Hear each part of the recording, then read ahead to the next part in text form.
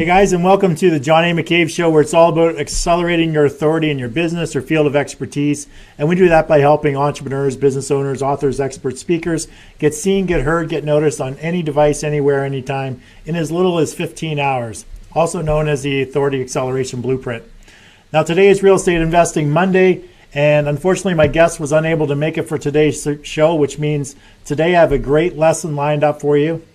Today is a workshop show where I'm going to help you craft some copy for attracting motivated homeowners so that you can get them to move to take action.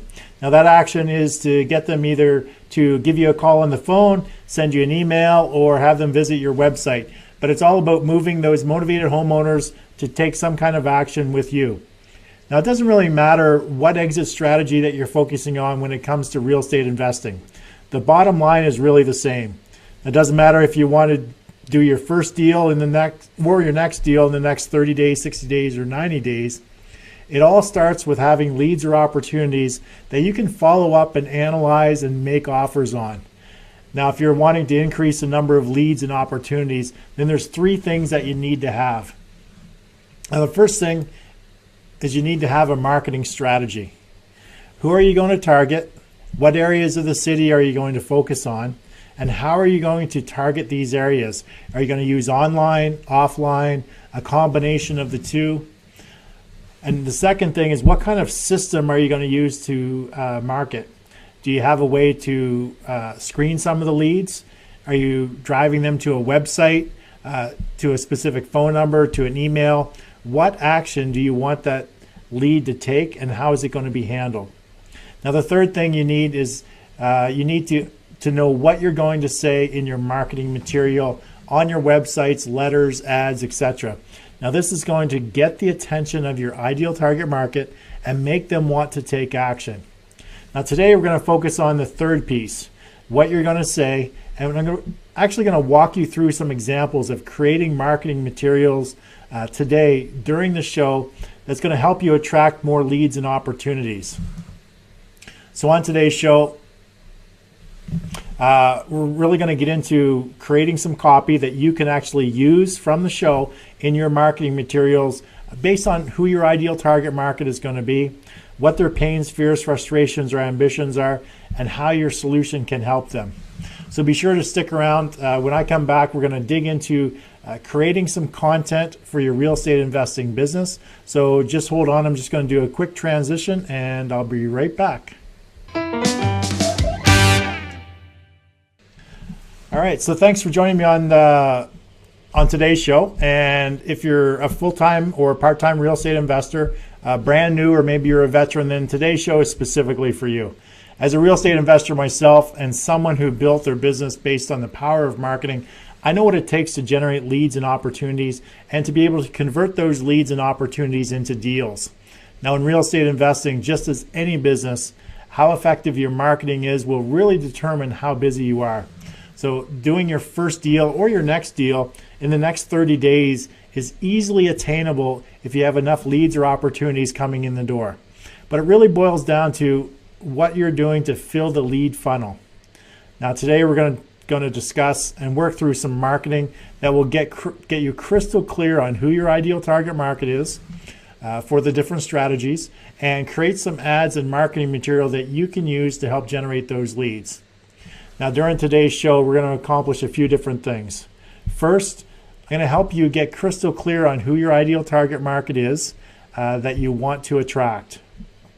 The second thing is I'm going to help you figure out what their desired outcome is for each ideal target market and what the benefits they're going to receive when they work with you. Now the third thing is going to help you create some headlines to grab their attention. And the fourth thing is I'm going to help you structure some of the body of the ads, or talk a little bit about how to structure some of the body of the ads, the marketing materials, etc. So today we're talking about, today's really a workshop show, so please leave some comments, some questions. It's designed specifically to help real estate investors attract more motivated homeowners, more leads and opportunities, and we do that through marketing. So what I'm actually going to walk you through is creating some very specific marketing and get you to understand when you're actually creating your marketing material, how to go about creating a very effective copywriting. Now, this is designed specifically for real estate investors who are doing residential real estate investing. But if you actually think about the not so much the specific target ideal person that we're trying to connect with, but just sort of think of the framework or the structure of what we're going to talk about today, it can actually implement it, and this is actually how you implement it in any business, regardless of what type of business. I just happen to be focusing on real estate investing today, as Mondays are usually real estate investing Mondays. So definitely, if you have any questions or comments, or if you want to discuss, if you want me to actually work through an ad for you, then definitely let me know. So what I'm going to do is get right into it. The first thing that we need to understand is we need to get crystal clear on who your ideal target market is and who you want to attract. So in order to do that, you need to understand who they are, what their pains, fears, frustrations, or ambitions that they're faced with right now. Now, typically in residential real estate investing, there's 4 main exit strategies. Those being wholesale, fix and something, so that's fix and flip, fix and lease option, or fix and hold. So it's fix and something is typically a strategy. The third one is lease option, more commonly known as rent to own. And the fourth one is a buy and hold. So those are the 4 main exit strategies that you have in your residential real estate investing. So when it comes to identifying who your ideal target market is and what their pains, fears, frustrations, or ambitions are, you really need to get in the mindset of the individual themselves, the homeowner themselves, and what are some of the challenges that these people are faced with right now. So I do have some information here that I sort of put together a little bit. So just let me bring that up. Okay, so some of the challenges, I was working through this. Just let me grab my keyboard as well. Just move my mic a little bit, and just so I can type, because this, like as I mentioned, this is meant to be a workshop, so I'm going to be working through some of these things. And if you have any questions or comments, just leave them for me. And if you want me to work on a very specific piece of marketing, maybe if you're a real estate investor and you want to learn how to attract a very specific target market that I don't mention here, then let me know and we'll actually work through the copy. So when it comes to pains, fears, frustrations, or ambitions, what you're really trying to do is get into the mindset of your ideal target market. In our case, they're homeowners.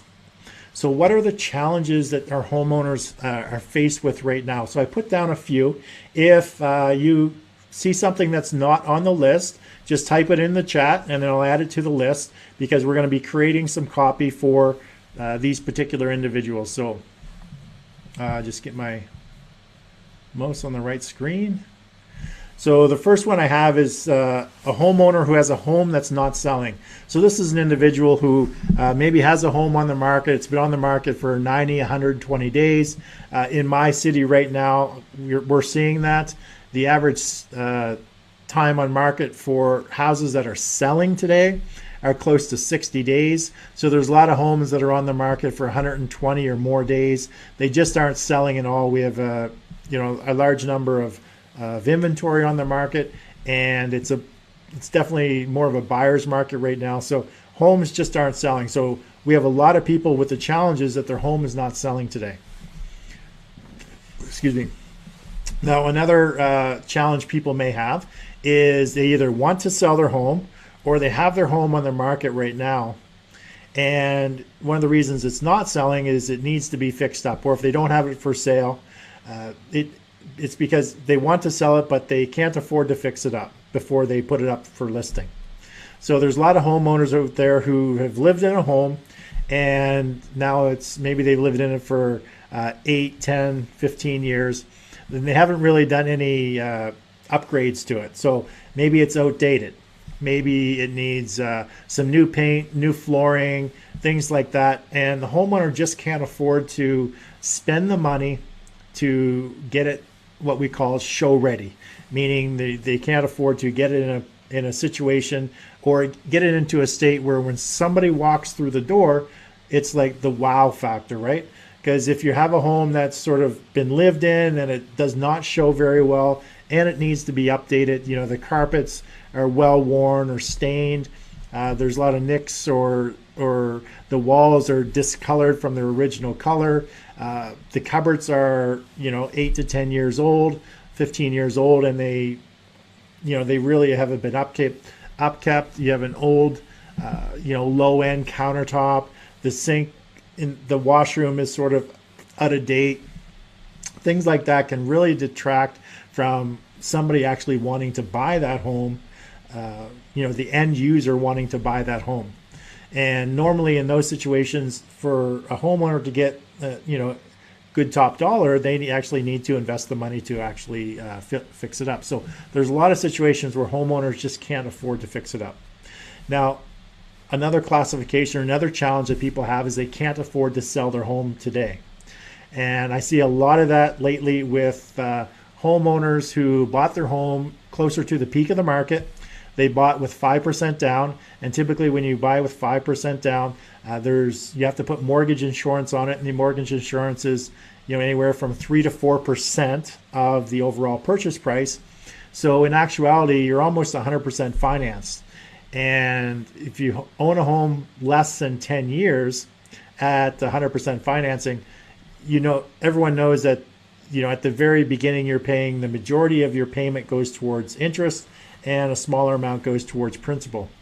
So if you hold the home between any less than 7 to 11 years, then you've just paid down a lot of the principal, and because you bought it closer to the peak of the market, there may not have been the appreciation of the price of the home, and nor has the mortgage paid down enough to build that big enough gap. So basically you're looking for the appreciation value to go up. You're looking for the payments to decrease the mortgage value that's owing, and you're looking for that wider gap.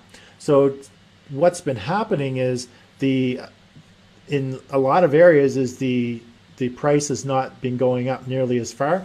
And when you're starting at almost 100% mortgage finance, the amount that the mortgage gets paid down is very little over the first, say, 10 years. So there's not a whole lot of gap of equity in there. And when it comes to a selling situation, typically that most people, when you go to buy a property, you're not paying full market value. You're going to negotiate on the price. So even though you might start like this is your listing price and this is what's owed, after some negotiation, you bring the price down to about here. And then you have the real estate fees that the owner is going to pay the realtor, so that digs down even further. So there's very little money left over after the negotiation, after the carrying costs. It sits on the market for 3, 6, 9 months. During that time frame, that's all sort of lost money to you. Paying the realtor, and in a lot of cases, people aren't even able to get out what they initially put down for a down payment. So a lot of people, they need to sell, but they can't afford to sell. So that's a challenge that they're faced with. Another one is that they just don't want to pay the realtors. They're not a big believer in paying the realtors, 7 and 3%, 7% on the first 100,000, 3% on the rest.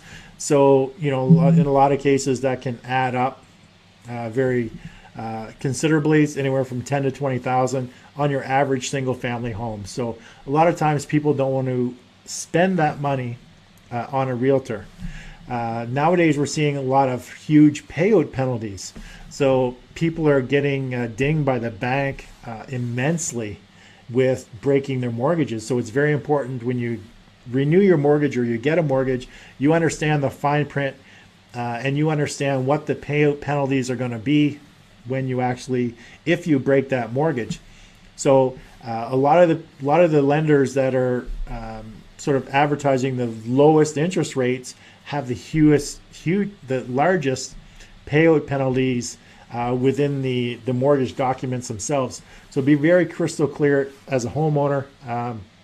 what you're getting into. But that's a challenge that a lot of homeowners have is, if they're in a 5-year term and there's 3 years left, they're only 2 years in, 3 years left, they could be faced with $20,000-$30,000 worth of payout penalties, and it can be very substantial. So, if you're starting like this as far as the equity, and then you negotiate the price, and then you pay the realtor, and then you pay your bank fees, all of a sudden it costs you more to actually get out of the house than you have. So you actually have to pay money to get out of that mortgage. So as a homeowner, it's not very attractive. So, that's a challenge that a lot of homeowners have in today's environment. Some other challenges are maybe the people lost their job. Actually, I'm going to write that down as another one, but people may have missed payments. So, for whatever reason, they haven't been keeping up with their mortgage payments. And there's a lot of people really don't understand how the banking system works. So if you miss your mortgage payment, they think that, I'm just going to pay, I'll get caught up, but I missed one, but I made the next one, I made the next one, I made the next one. So in their mind, they actually think they only missed one payment, but in reality, they've missed 3 payments, because once you miss that first one, if you don't pay that first one before the next one is due, then when you go pay the mortgage payment for the next mortgage, you actually aren't paying the current mortgage payment, you're paying the back mortgage payments, which means that you've missed a second payment, and then it happens again for the third payment. So people can, once they start missing payments, they can get into a foreclosure situation fairly easy. So these are challenges that homeowners have. So remember, we're thinking about the challenges, the pains, fears, frustrations that homeowners have before we get into actually writing any copy or writing any ads, because we need to understand, get into the mind of these homeowners. And another reason is maybe they received a statement of claim, they're in a foreclosure. Like I said, they're going through that foreclosure process. I put here that they lost a job, and just checking to see if anyone else has any challenges that they can think of right off the top of your head. If you think of some homeowner challenges that they may be faced with right now, because we're talking about marketing, creating some ads to attract these motivated homeowners. To understand why they're motivated, we need to get into their mindset. So basically, I've come up with a few different scenarios as to why they may feel some pain or frustration, So because this is important when we're crafting our message. All right, so I don't see anything right now, so I'm just go back to the copywriting.